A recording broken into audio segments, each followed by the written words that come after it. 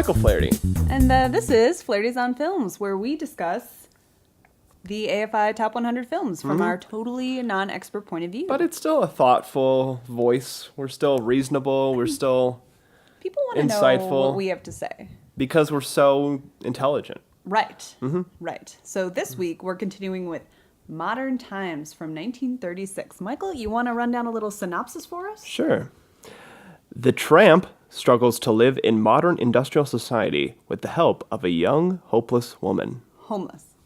What'd I say? Hopeless? Homeless woman. Probably also hopeless, though. Yeah, both. It both applies. Yeah. Have you seen this film before? Nope, and I've not seen any Charlie Chaplin film before. No. I have also not seen any Charlie Chaplin film before. Oh, really? I only know him from the reference from When Harry Met Sally, when she's really upset about her ex-boyfriend getting married. And she's like, it's not the same for men. Charlie Chaplin had babies when he was 72. That is nasty. That's gross. Yeah. That's a gross thing he did. So, not to inform on this film at all. Initial reactions? Don't think I liked it, but I certainly didn't mind watching it. I feel similarly.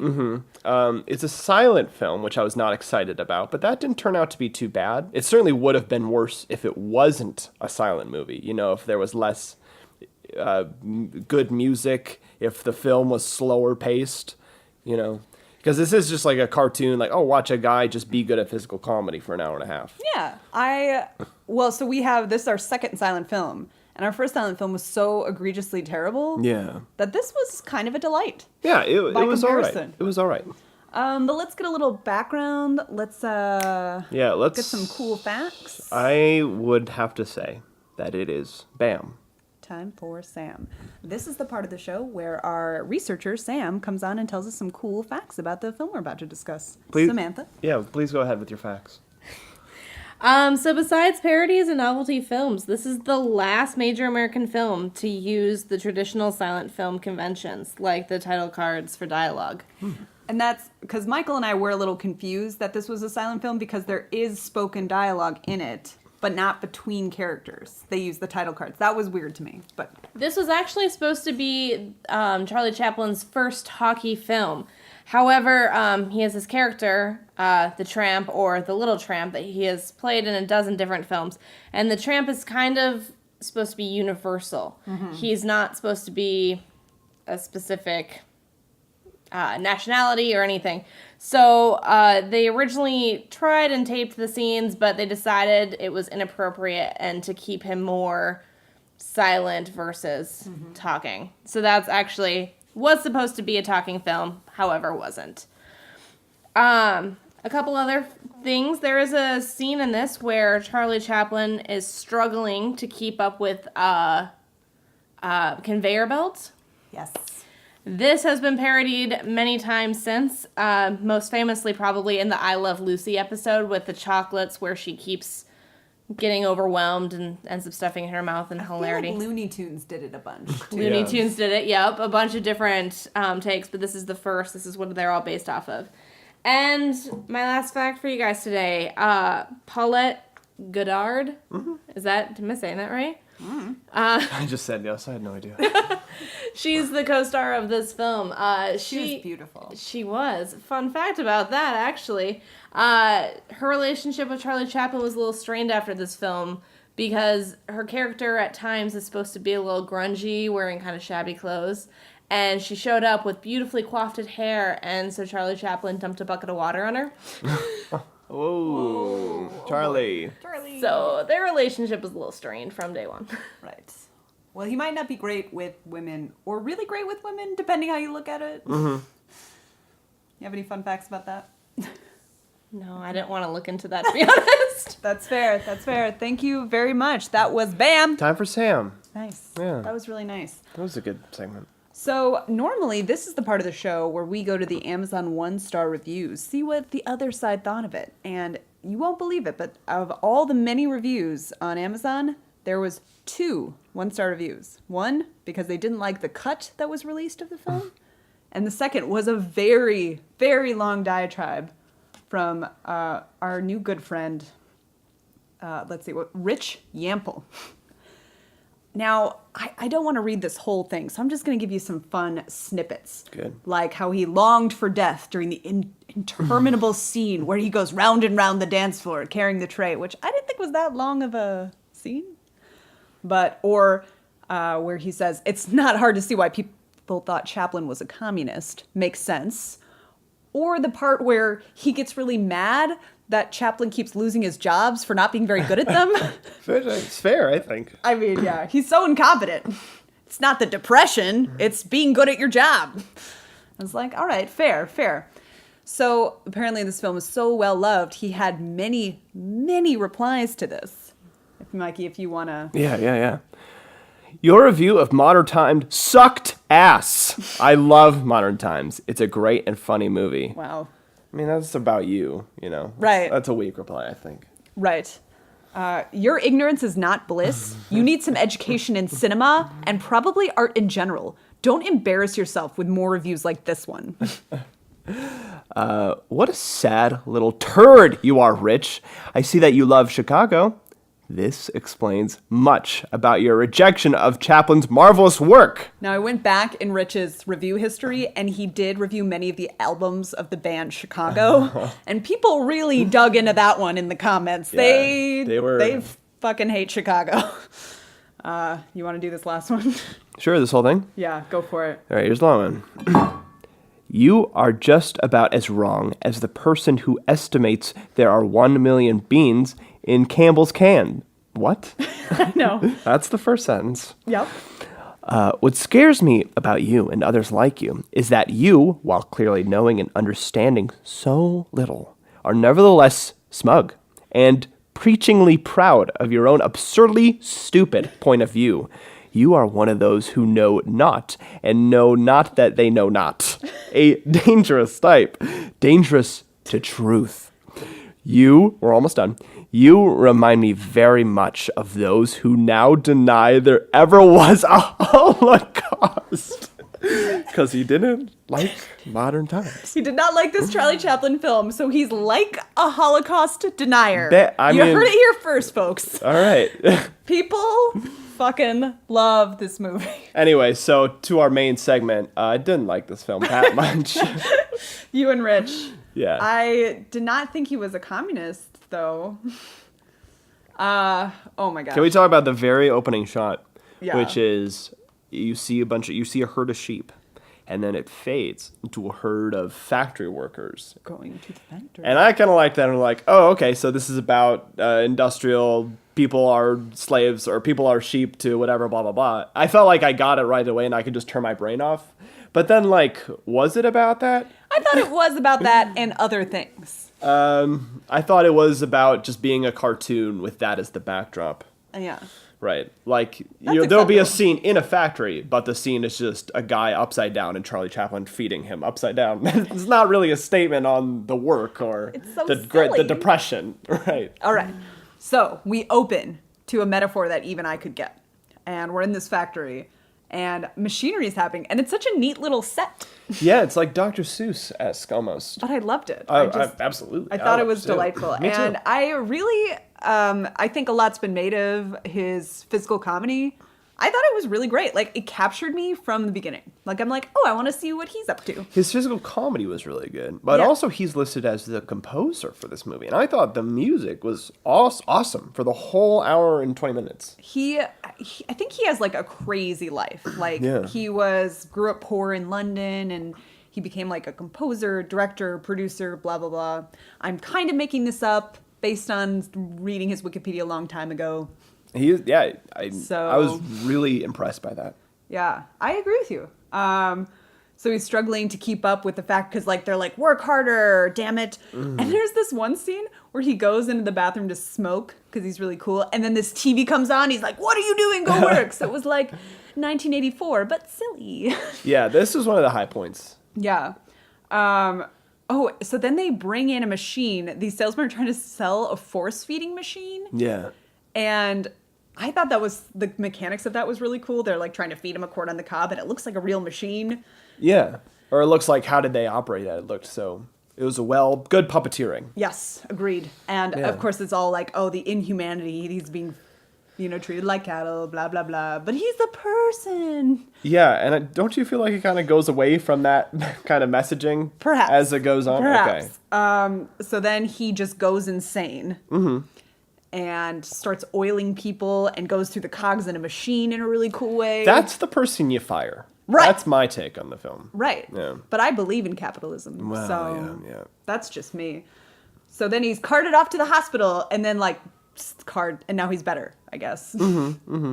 And they say, don't take it easy, don't get excited. And then he accidentally gets into a communist march. Yes. Which was not made clear to me till later, because the march, everyone's just holding signs that say liberty, and then the cops come and beat the hell out of them for some reason. Okay, I guess I didn't understand what the march was for either.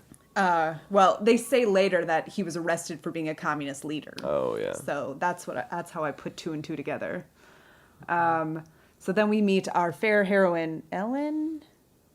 I don't remember her name. I feel like they gave her a name, but she's stealing bananas for poor children. So we're like, all right, we get your struggle. Yeah. You can't afford food, you need to steal it, but you also help children. So that's really cool of you. Yeah, I don't have any comment about that. Do you have any comment about our heroine? Hot. Hot. She's Shag. a hottie. But she's also wearing shaggy clothes. Right. As Sam was saying that she looked downtrodden, she did not look downtrodden. She looked utterly gorgeous Just hot. from the get-go. Yeah. Yeah, and then we find out that her dad's unemployed and her mother is dead, and all she's doing to do is help her sisters, who we never see again, actually, No. after that. So. Nope, she gets distracted with other things. So cut back to Chaplin in jail, having a fun time. Then there's a scene with nose powder. Do you remember this? No, remind me. So the cops are looking for somebody who snuck in nose powder, and that's Yeah. all they call it. And then the guy sneaks this white powder into the salt jar. Oh, yeah. And then Chaplin accidentally puts it in his food and then puts it on his mouth because that's a normal thing you do with salt. And then he gets wacky. Right. This would be terrible if he wasn't so funny. He's a good mover arounder. He is good at moving around, I believe. That's the technical. He's got good physical comedy, but this movie is just that. It's just antics. I have to say, this is 20 minutes into the movie. This movie really clips along. You're saying that is a good thing. Yes. Yeah. I like that. Yeah. And then he kind of saves the guards from a jailbreak. So then he gets to leave jail. Hooray! But then, This movie does have a good succession of events. One thing leads to the next thing, leads to the next thing. But after we see the whole arc, where was it going? I don't really know. So then the heroine's dad gets shot, and Yeah. she's an orphan. So the state comes to take her and her sisters away, which to me says that the heroine here is underage. Yeah. But I don't want to think about that. She doesn't look underage. No. No. But also for later reasons. So she gets away, but her sisters get taken by the state, never to be seen again. And so and then we go back to Charlie Chaplin, and he gets a pardon, right? And then there's this weird scene, tell me if you remember this, with the pastor's wife, where they're... Oh, yeah. That was the most bizarre scene in the world. Yeah. Do you want to... Because I don't really get what was happening, but... So it's Charlie sitting down on a bench, and then the minister's wife sitting next to him. And the joke is, you hear this, bubbly, noises when it's zoomed in on the preacher's wife. She's having some kind of problems, gastral problems. Yes. And that's the joke. So we've settled in. That's the premise of the scene. But then it gets funnier when we you'll hear a noise. But it just turned out to be a soda can overflowing. I don't remember what really happened, but just Yeah, and then he tries to turn the radio, and they're like, if you're having gastrointestinal distress, and he turns it off. Yeah. And I didn't get why that was there. I did not... So the premise of that scene is that we can't treat our workers like animals. That I is... think. Yeah. I think that you can be a capitalist and a human being with a Exactly. horror, I think, was the point of Exactly. the minister's wife having gas. Yeah. So then he... Oh, yeah, this happens real quickly, because then he gets another job where he accidentally sinks a ship, 10 seconds into the job. The first thing he does is sink a ship, yeah. Yeah. And then they're like, oh, well. And then cut to our heroine steals a loaf of bread for herself because she can't support herself. And then Charlie Chaplin is like, oh, I really want to go to jail. So I stole the bread, I guess. Yeah, Sure. because, He loves her. And then that didn't work. So then he just goes to a buffet and eats a bunch of shit, and then goes to a newsstand and steals a cigar. And he's like, now I get to be arrested. Yeah, this And is then- the movie. Then they both got to be arrested. Oh, and they meet in the van. Yeah, he's like, remember me when I tried to save you? Even though it wasn't because I liked you, it was because I wanted to go to jail. A lot of antics in that van. A lot of silly antics. He sat on that lady, right? Yes. That was so funny. That was, and then they get away because they crash the van, I guess. I remember that. I remember them sprawled out on the street, and then they get up and run away, and they conk out the guard. Okay. And then they have this weird fantasy of them having a little home life with cows. Yes. That happened too. Just a lot of events in this So movie. many events. There's not a story to this movie. No. So then he decides, I'm going to buy us that house. And he goes to work at a department store. Oh, yes. I like this scene a lot, just because I like the department store. This is the scene where he is rollerblading around, and then I don't know what led to it, but he's like, well, now I'll do a blindfold. 'Cause why not? Because this is the movie now. So he just blindfolds, but he's on like the 4th floor, and there's a ledge that has no fence or railing or anything. So he's just roller skating like really close. And I was like, that probably is dangerous. I mean, I don't know if they're doing any camera tricks or anything. I assume it's And night. research is nodding. It is very dangerous. Yeah, and I was like, well, that is really, really impressive. And he looks good doing it, too. Well, yeah, in the 1930s, they don't give a shit about worker safety, I assume. Right. It was actually a painting with a mirror effect. Aww. Ah, Lame. Charlie, I wish you were in danger, Charlie. But then he decides to let his lady love sleep in the bedding department, and some burglars come in. Oh no, but wait, they're not burglars. I'm They're- still on that matte painting. That is very impressive. It looked good. All right, sorry, go on. But then the burglars come in, they're like, oh, we used to work with you at the factory. And he's like, let's just get wasted. And then he... Oh, yeah, we're not robbers. We're just hungry. No, you're still a robber. That's what robbery is not. I'm sorry. Yeah, you that's- can be Jean Valjean all you want, but if you steal a loaf of bread, you broke the law. Yeah, That's how I feel. yeah. So then they decide, okay, you're so hungry, let's just steal all the rum and get fucking wasted. Mm-hmm. And then the next morning, a woman is looking for clothes, and he's under them because he's passed out drunk, and it gets fired, and I see Rich is onto something. Right, Richard. I mean, the Holocaust is real. Let's be Right. clear about that. But Richard, I think, was onto something. Right, that he is not very good at his job. And then she's like, the heroine's like, oh, I found us a house to live in. And it's a cute little shack that keeps falling apart. Cute as comically. in, like, but really gringy, really falling apart, just like planks of wood. Right. So yeah, and he goes swimming at one point. And anyway, so then the mill is reopening. And he's like, oh, I'm going to get a job and get us a real house. And it's like, way to shit all over her effort. I know, I thought she was going to be sad about that, but she's like, okay. Yeah, get me a Great. real house. Great. I had fun pretending, but... Yeah. So he goes to the factory to have some fun repair antics. Yeah. And then the second he steps out of the mill, there's a strike going on, I guess. And he accidentally hurls a rock at a police officer and gets arrested again. That man cannot hold down a job, cannot stay out of jail. Yes. At some point, gotta take some personal responsibility, Charlie. But then, remind me what happens. He gets out and... And then so while he's in jail, she gets a job at a dancing cafe. Right. Because she's in the street. Okay, so she's in her shabby clothes, and she's twirling and jumping from side to side. And a man's like, we need her in our cafe. I see. She's hot. Yeah, cut to her dancing, but she's literally jumping from side to side and then doing a turn. And people are like going crazy. I bet that's selling coffee or whatever they sell there. I don't know. I don't really get the theme of the cafe. It seems like fine dining, but also not. Yeah. So yeah. So then he gets out of jail and she's like, oh, you can come be a waiter at the cafe. But if you can sing. Right. And he's like, great.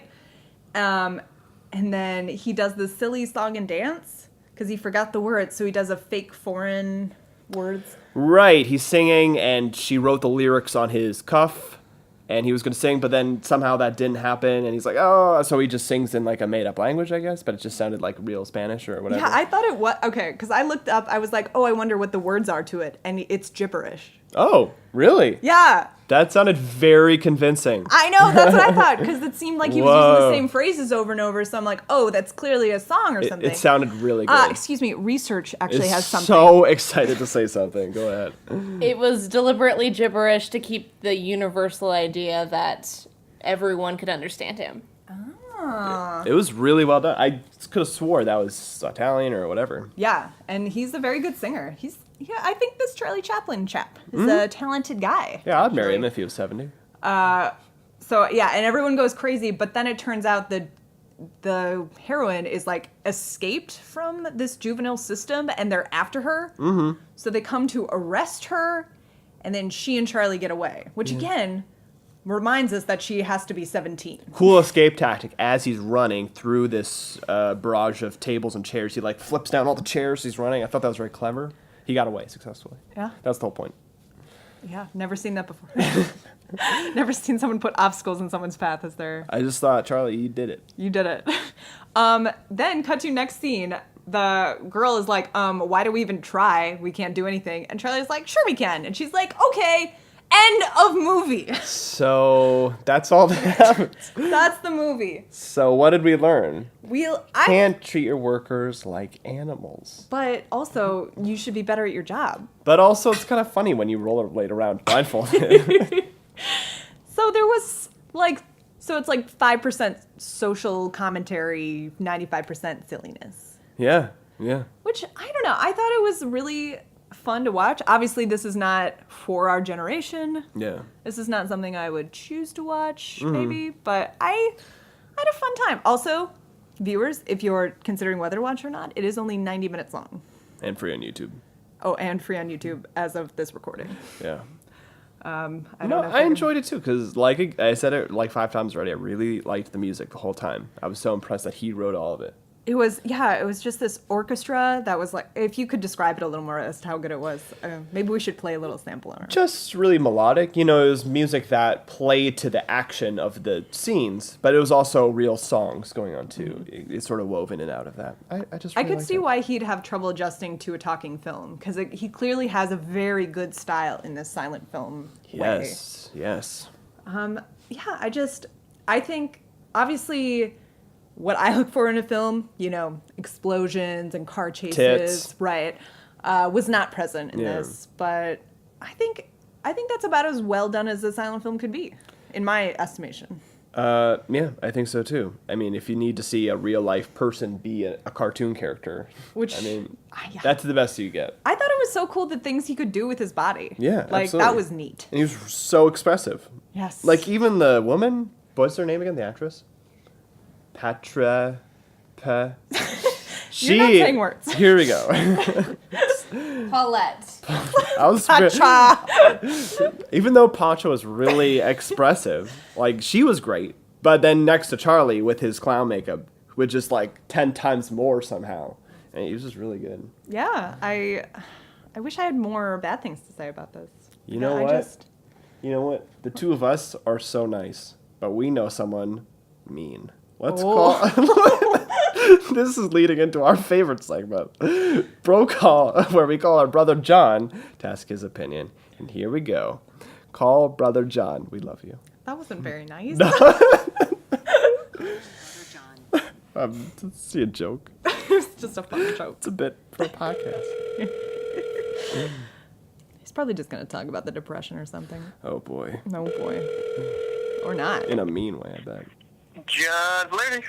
Oh, hey, John. Hey John, it's your siblings, Michael and Colleen. How are you? Hey, what you guys calling for? Coming to talk about the game?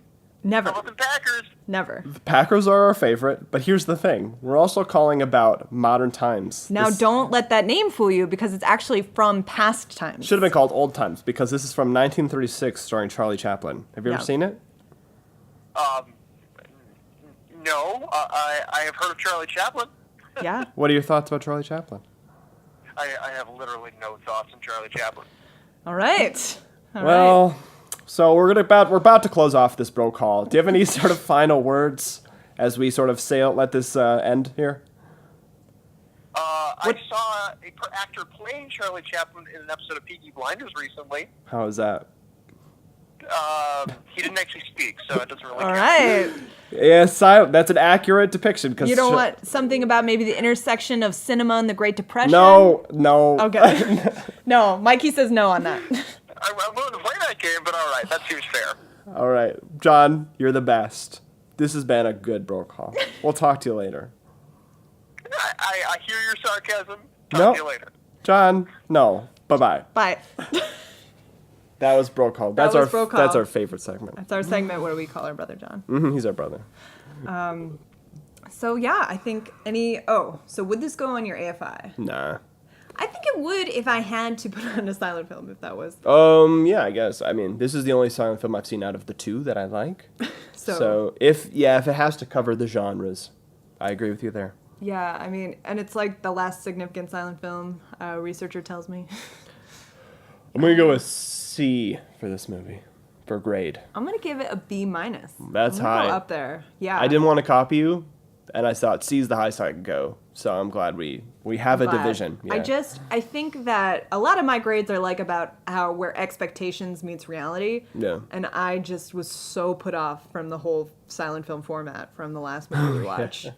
And I'm like, this is actually a watchable film, and I don't have a lot to criticize about it. It's just not something it's not my taste. you know? My grades are all about cool moments, and that was cool when he rollerbladed around, but he was not in danger, apparently. So But you love the matte painting. it was a good effect, because I was fooled. And this is an old-ass movie. Remember when he put down all the chairs so people can... I like that, too.